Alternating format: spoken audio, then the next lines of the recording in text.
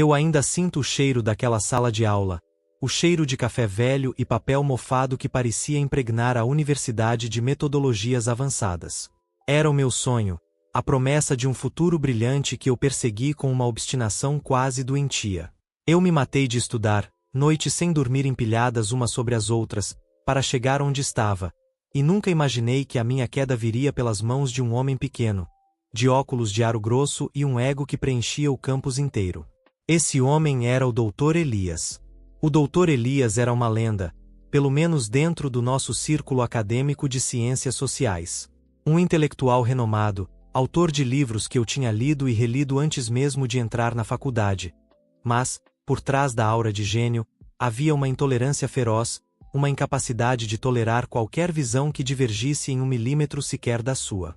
Ele não ensinava, ele doutrinava, e esperava que repetíssemos as suas palavras como papagaios bem treinados, especialmente quando o assunto resvalava na política contemporânea e na filosofia social. Eu, no entanto, sempre tive um problema com a autoridade cega, uma teimosia que, para o meu azar, emergiu no momento mais inoportuno possível. Eu sabia que ele era polarizado, todos sabiam, mas eu ingenuamente acreditei que a academia ainda prezava a argumentação e a evidência acima da lealdade ideológica. Como eu estava errada. O semestre estava chegando ao fim, e a nossa última e mais crucial avaliação era um artigo de pesquisa que valia 40% da nota final. 40%. Um peso colossal que decidia o destino de qualquer um que ousasse vacilar. O tópico era aberto, mas deveria envolver uma crítica substancial a um pensador moderno. Eu decidi focar em uma crítica estrutural a uma das teorias favoritas do Dr. Elias sobre a intervenção estatal na economia. Eu não estava atacando a pessoa dele, nem a sua filiação política, mas sim a metodologia e a projeção de resultados de um economista específico que ele citava a exaustão como prova inquestionável de suas teses. Eu gastei 4 semanas inteiras nesse trabalho. 4 semanas de pesquisa intensiva, consultando 37 fontes primárias e secundárias, elaborando cada parágrafo com a precisão de um cirurgião. Eu queria que fosse impecável, uma peça de argumentação tão sólida que até o próprio Dr. Elias, com todo o seu ceticismo, seria forçado a admitir a sua qualidade. Eu citei 827 parágrafos de material de apoio, todos formatados com rigor absoluto, seguindo as normas mais estritas da Associação Americana de Sociologia. Eu me certifiquei de que o corpo do trabalho estava livre de qualquer erro gramatical ou de digitação. Era, objetivamente, o melhor trabalho acadêmico que eu já havia produzido em toda a minha vida. Eu estava confiante, não apenas esperançosa, mas genuinamente convicta de que tiraria uma nota alta, talvez um A ou A-. Algo em torno de 95%. Eu entreguei o artigo na última sexta-feira do mês, com a sensação de dever cumprido e o peso de meses de estresse finalmente levantado dos meus ombros. Eu podia relaxar, finalmente.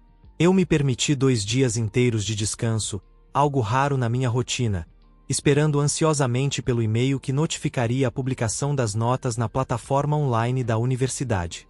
A data limite para a publicação era a terça-feira seguinte, às 5 da tarde.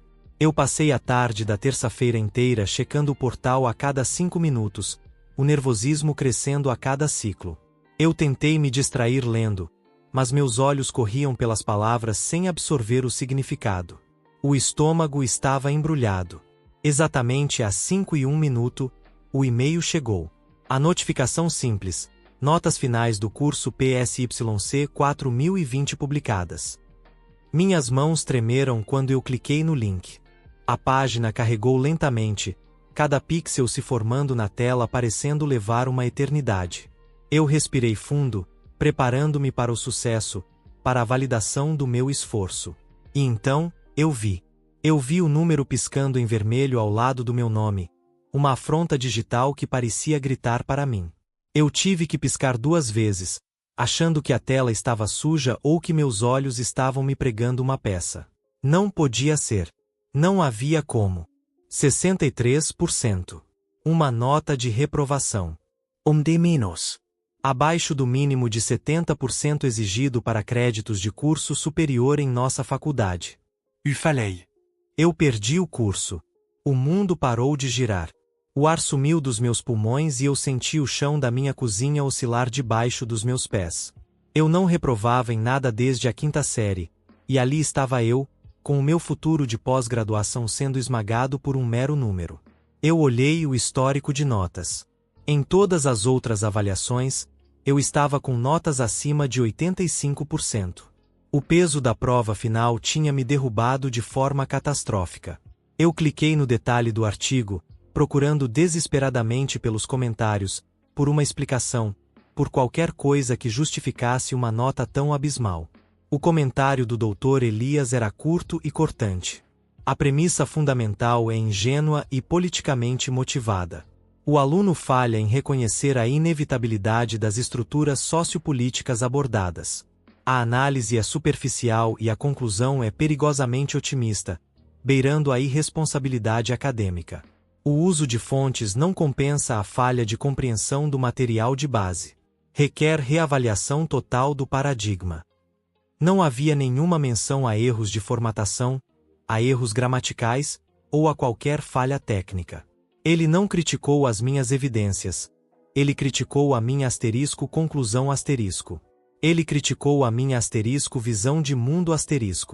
Uma fúria fria, daquelas que sobem da espinha e congelam a garganta, começou a borbulhar dentro de mim, transformando a raiva em algo muito mais perigoso: determinação.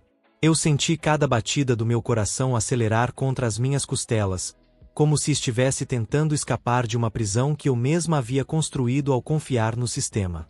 Não era possível que o meu trabalho, que eu sabia ser de nível A, tivesse sido avaliado de forma tão desumana. Isso não era uma correção, era uma execução. Era vingança. Naquela noite, eu mal dormi. Eu revisei o artigo novamente, palavra por palavra, comparando com os padrões de avaliação da universidade. Eu estava convencida. A nota era um ato de má-fé, um reflexo da nossa única grande discussão em sala de aula, ocorrida 2 semanas antes da entrega do trabalho. Nessa discussão, eu havia gentilmente, mas firmemente, questionado a aplicação universal de um conceito filosófico que ele defendia como a única verdade possível, citando dados empíricos que mostravam a sua ineficácia em contextos específicos. Ele ficou vermelho de raiva, silenciou-me com um aceno de mão e prosseguiu a aula com uma irritação palpável. Eu senti o peso do seu desprezo naquela época, mas ignorei, pensando que ele respeitaria a minha capacidade de pensar criticamente, mesmo que discordasse. Pobre e ingênua de mim.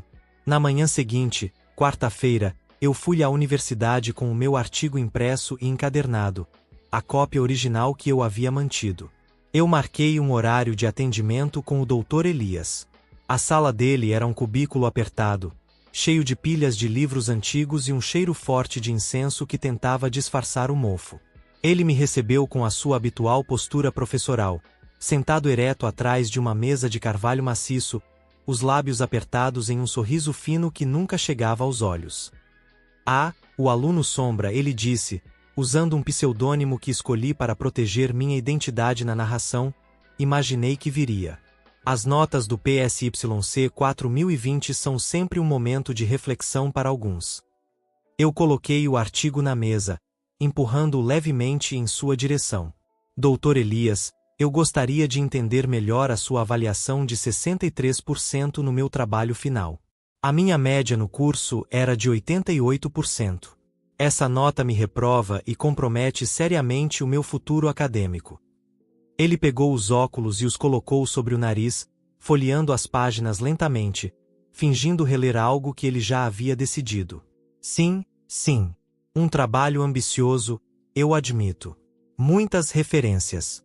No entanto, o senhor ou senhora Sombra, o volume de citações não substitui a substância. A sua tese central, de que a autonomia individual pode superar as forças macroeconômicas sem o direcionamento estatal, é, para ser franco, infantil. É uma tese política disfarçada de análise acadêmica. Mas, doutor, eu argumentei, tentando manter a voz calma, apesar do tremor nas minhas mãos, o objetivo era criticar a eficácia de uma teoria. Eu usei dados do Banco Mundial e estudos de caso de desregulamentação em 3 países diferentes para fundamentar a minha posição. Onde está o erro factual que justifique essa nota? Ele parou de folhear, pousou o artigo e olhou-me por cima dos óculos. O sorriso sumiu, substituído por uma expressão de tédio superior. O erro, meu caro, está na sua premissa filosófica. Você argumenta a partir de um ponto de vista que é fundamentalmente incompatível com o corpo de conhecimento que eu apresentei neste curso e que é aceito como verdade consolidada neste departamento. Você tentou, de forma bastante previsível, defender uma ideologia que está em desacordo com a realidade social. A academia exige rigor e aderência aos fatos. Sua tentativa de crítica é, na verdade, uma negação dogmática. Um trabalho de nível A exige mais maturidade, mais alinhamento. 63% é uma nota generosa, considerando o nível de desvio ideológico. Eu senti o meu rosto esquentar.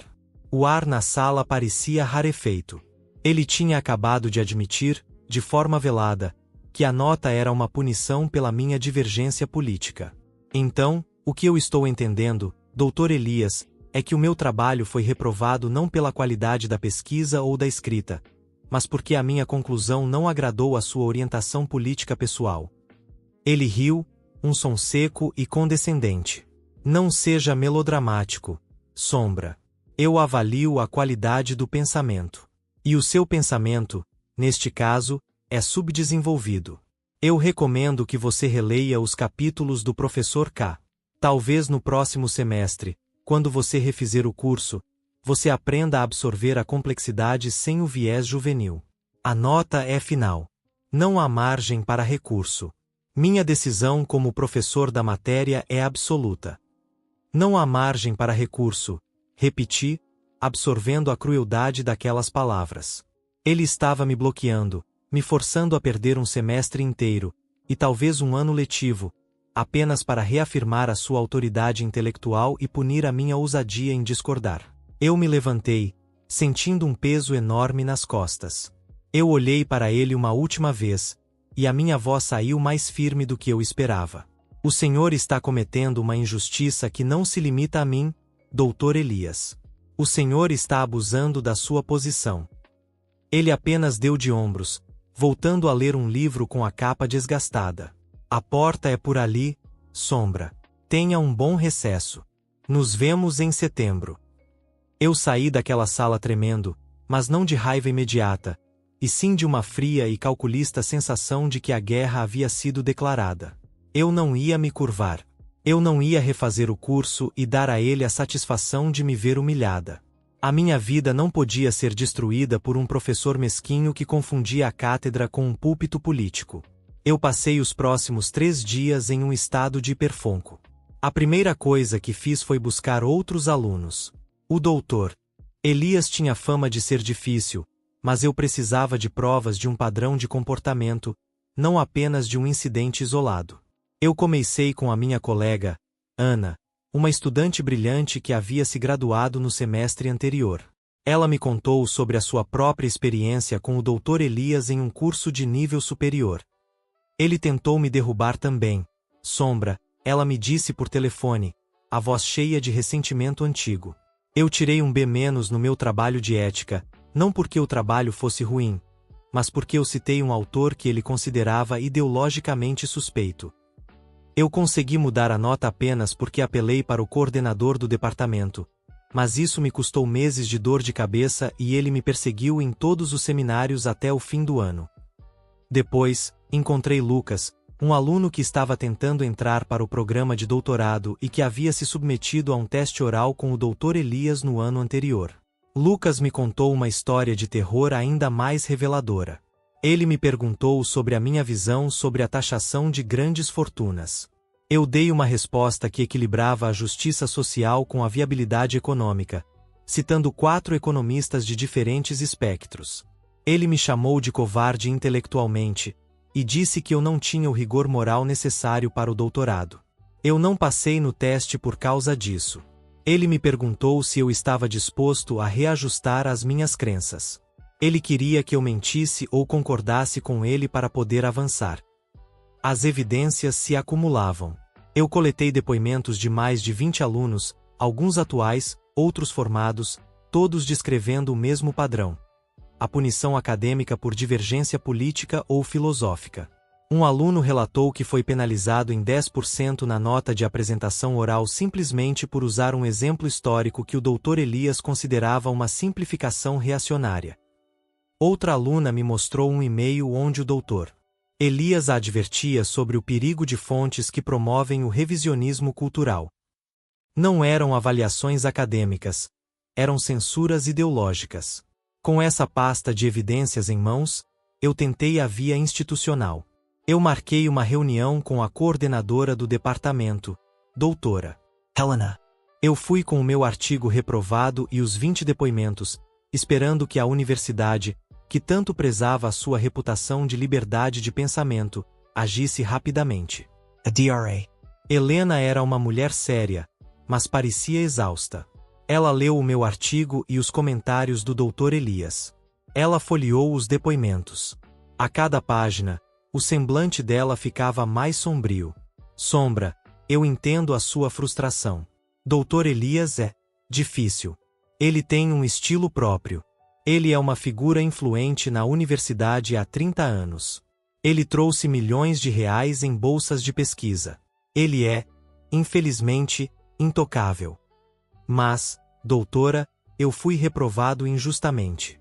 Isso é vingança, é abuso de poder, eu insisti. Eu tenho provas de que ele faz isso sistematicamente. Ele não está avaliando o trabalho, está avaliando o alinhamento ideológico. A DRA. Helena suspirou, esfregando as temporas. Sim, eu acredito em você. Mas, formalmente, ele sempre se protege. Ele pode argumentar que o seu trabalho falhou em demonstrar a maturidade conceitual necessária. A universidade tem medo de processos de difamação. Se nós o forçarmos a mudar a sua nota, ele pode apelar para o reitorado, alegando perseguição política, e ele tem muitos amigos no conselho. A universidade não quer uma guerra com um medalhão como ele. Não é justo, mas é a realidade. Então eu devo refazer o curso? Perguntei, sentindo a esperança se esvair. Ou você refaz o curso, ela respondeu, com a voz baixa, quase um sussurro, ou você apela formalmente. Mas o comitê de apelação é formado em grande parte por colegas dele, e o processo pode levar 1 ano. Eles provavelmente vão manter a nota. Você seria retaliado pelo resto do seu tempo aqui. Eu agradeci à doutora Helena pelo tempo e saí de sua sala com uma certeza dolorosa. O sistema não me protegeria. Pelo contrário, o sistema estava protegendo o opressor. Eu estava sozinha, uma estudante contra uma instituição de 30 anos. Mas eu já tinha perdido o meu futuro acadêmico de qualquer maneira. O que mais eu tinha a perder? Eu senti o medo se dissipar e ser substituído por uma audácia gelada. Se a burocracia não me daria justiça, eu a buscaria onde a verdade não podia ser silenciada, no domínio público.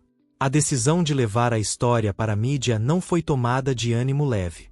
Eu sabia que isso poderia me marcar permanentemente como uma encrenqueira ou, pior, como uma queixosa ideologicamente motivada pela própria universidade. Mas a alternativa era engolir a injustiça e permitir que o Dr. Elias continuasse a destruir a trajetória de outros estudantes talentosos que não se encaixavam em seu molde. Eu tinha que agir, e tinha que ser estrondoso. Eu precisava de uma bomba nuclear social. A primeira coisa foi escrever um manifesto. Não um apelo lamentoso, mas uma declaração de princípios e uma denúncia formal. Eu intitulei o documento de O Preço da Dissidência, como a intolerância ideológica está destruindo o mérito acadêmico. Eu usei os 20 depoimentos dos estudantes, mas os mantive anonimizados, referindo-me a eles como estudante A, estudante B, para protegê-los de retaliação. No entanto, eu usei o meu caso como ponto focal, anexando a transcrição exata dos comentários do Dr. Elias sobre a minha ingenuidade política. Eu detalhei as 4 semanas de trabalho e a análise técnica, contrastando o esforço com a reprovação ideológica.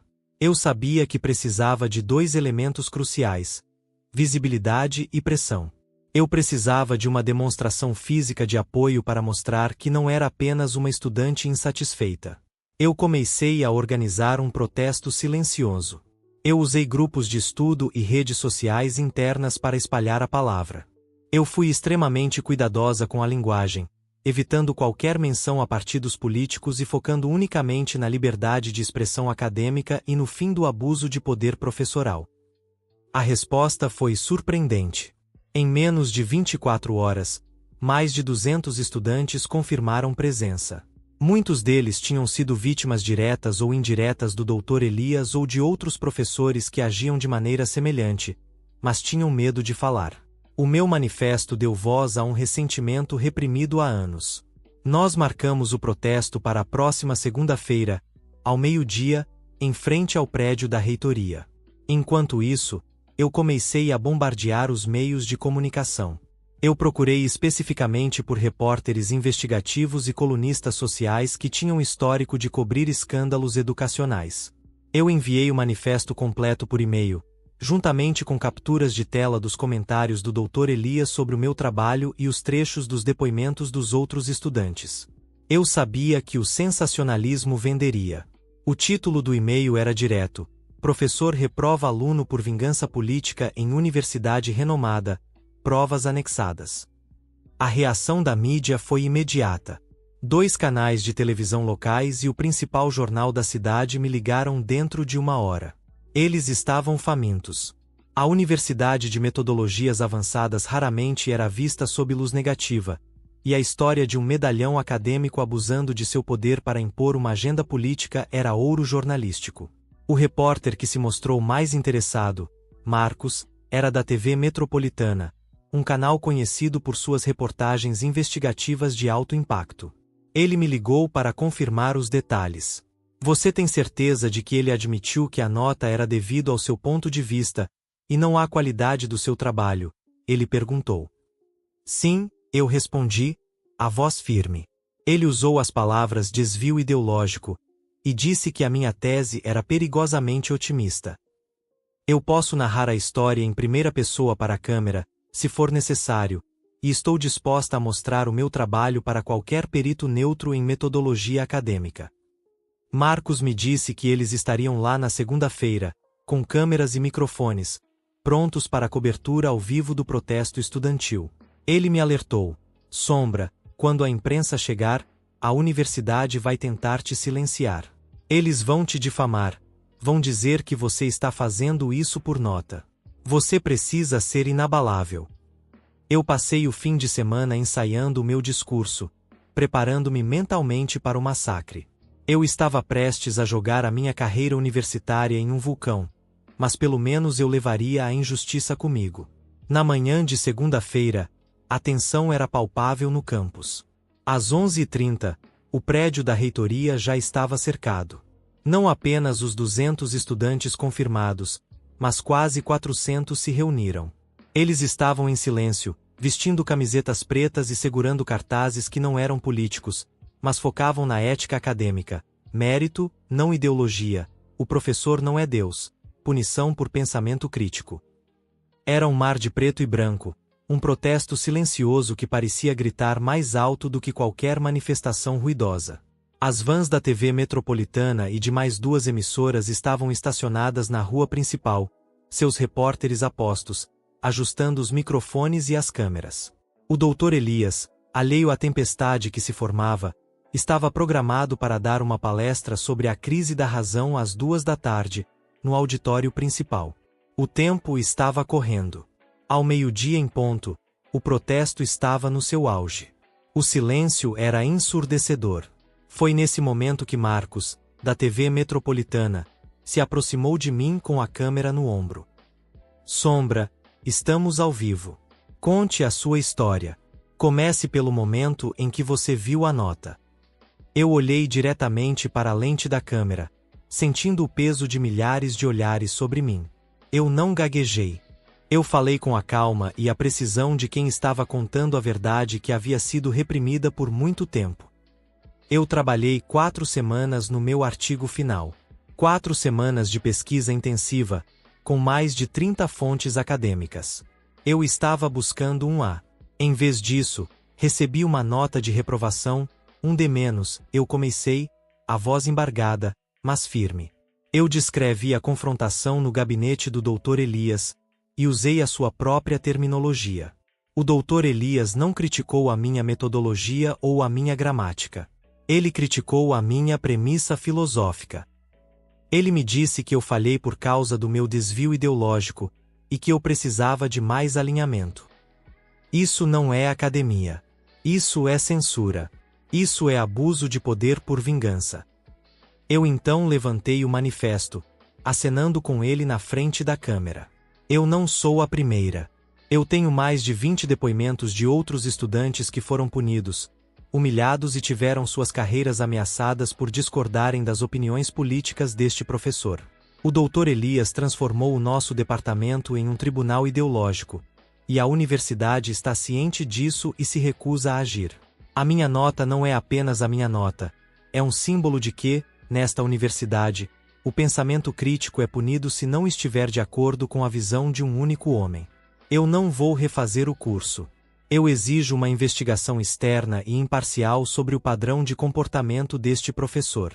O mérito acadêmico não pode ser refém da birra política de ninguém.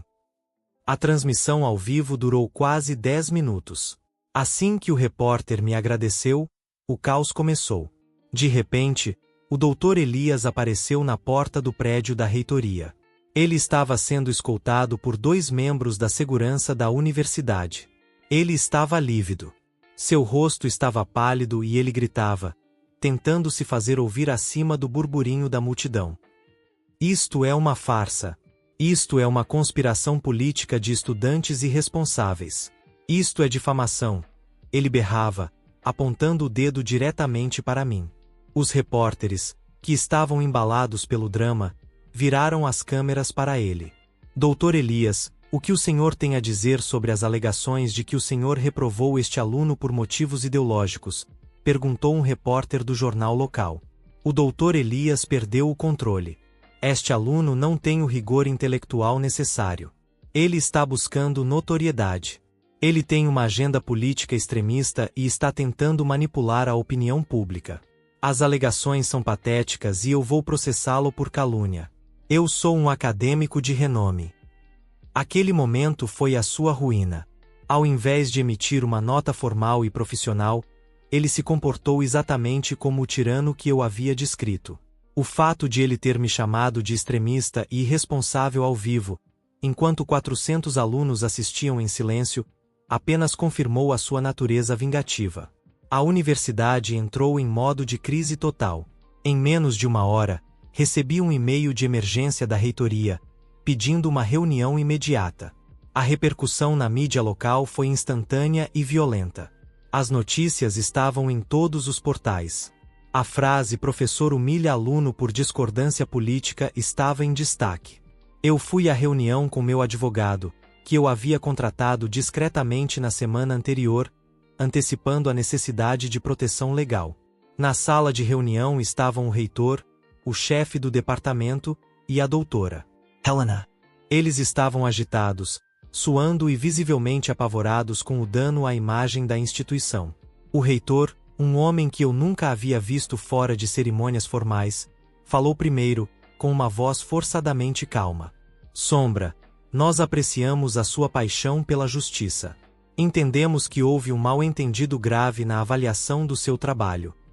Não houve mal-entendido, reitor, eu corrigi, com meu advogado sentado ao meu lado como uma fortaleza. Houve abuso de poder. Eu tenho as evidências e a mídia está cobrindo cada passo. Eu não vou recuar até que o Dr. Elias seja responsabilizado e a minha nota corrigida. Claro, claro, disse o reitor, apressadamente. Nós já revisamos o seu trabalho. Nós enviamos anonimamente para 3 professores em universidades de fora do estado, e eles avaliaram o seu artigo. As 3 avaliações retornaram com notas de A-, B+, e A, respectivamente. O seu trabalho é de alta qualidade. Nós vamos alterar a sua nota no sistema para um A, com efeito imediato. Isso encerra o assunto, não é? O advogado sorriu friamente. Não, reitor. Isso corrige a nota do meu cliente. Não encerra o abuso do Dr. Elias. Meu cliente foi exposto à retaliação pública e difamação ao vivo na televisão por este professor, que usou o seu cargo para intimidá-lo. Estamos exigindo um pedido de desculpas formal e público da universidade, e que o Dr. Elias seja afastado de suas funções de ensino e avaliação, com uma investigação completa sobre as denúncias de assédio ideológico relatadas por mais de 20 alunos. O reitor estava incrédulo. Afastar o Dr. Elias? Isso é impensável. Ele é um pilar da nossa instituição. Ele não é um pilar, reitor, eu intervim, ele é um tumor. E se vocês não o removerem, o câncer de intolerância dele vai destruir a reputação de liberdade acadêmica pela qual vocês tanto lutam. A TV Metropolitana já tem a gravação dele me chamando de extremista por discordar de sua tese. Se ele não for afastado e investigado, amanhã o meu advogado entrará com uma ação judicial por danos morais e por falha da instituição em proteger o aluno do abuso professoral. O prejuízo financeiro e de imagem será de milhões de dólares. A escolha é de vocês. Eles se entreolharam, derrotados. A universidade não podia se dar ao luxo de ter um escândalo nacional envolvendo a sua maior estrela caindo em desgraça por abuso. A chantagem moral e midiática funcionou. No dia seguinte, a universidade emitiu um comunicado de imprensa lacônico, anunciando que a nota do aluno Sombra havia sido corrigida após revisão externa e que o Dr. Elias havia sido afastado temporariamente de todas as responsabilidades de ensino e avaliação, aguardando os resultados de uma investigação administrativa interna sobre as práticas de avaliação e conduta. A mídia cobriu a vitória. A minha nota foi alterada para um A, e eu pude prosseguir com a minha graduação, com o futuro acadêmico restaurado. Mas a vingança foi muito mais doce do que apenas a nota.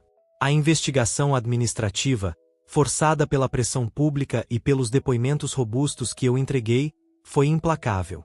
Os outros 20 alunos, encorajados pela minha vitória, apresentaram as suas queixas formalmente.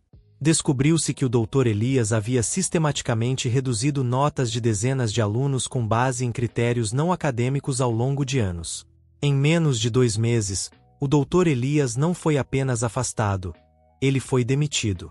A universidade rescindiu o seu contrato, citando quebra de conduta ética grave e falha em aderir aos princípios de avaliação imparcial. A carreira de 30 anos dele virou pó. Ele se aposentou sob vergonha, sem a pompa e o prestígio que ele tanto valorizava. Os seus livros, antes considerados cânones, passaram a ser vistos com desconfiança pelo prisma de sua intolerância ideológica. Eu ouvi dizer que ele tentou conseguir um posto em uma universidade menor no interior, mas a reportagem da TV Metropolitana sobre o seu colapso o seguia como um fantasma digital. Ninguém o queria. Eu me formei no semestre seguinte com honras. Eu não apenas sobrevivi à tentativa de destruição do Dr. Elias, mas usei a sua própria crueldade como combustível para uma revolução silenciosa no campus. A universidade aprendeu uma lição amarga sobre o preço de proteger a intolerância. A transparência e a justiça vêm em primeiro lugar. Eu perdi um pouco da minha inocência sobre a imparcialidade acadêmica naquele semestre, mas ganhei algo muito mais importante. A prova de que mesmo o aluno mais fraco, com a verdade do seu lado e a coragem de expor a injustiça, pode derrubar o gigante mais arrogante. E o Dr. Elias? Ele aprendeu da forma mais dura que a vingança se come fria, e que quando você tenta destruir a vida de um aluno por birra política, às vezes esse aluno chama a televisão e transforma a sua carreira em cinzas.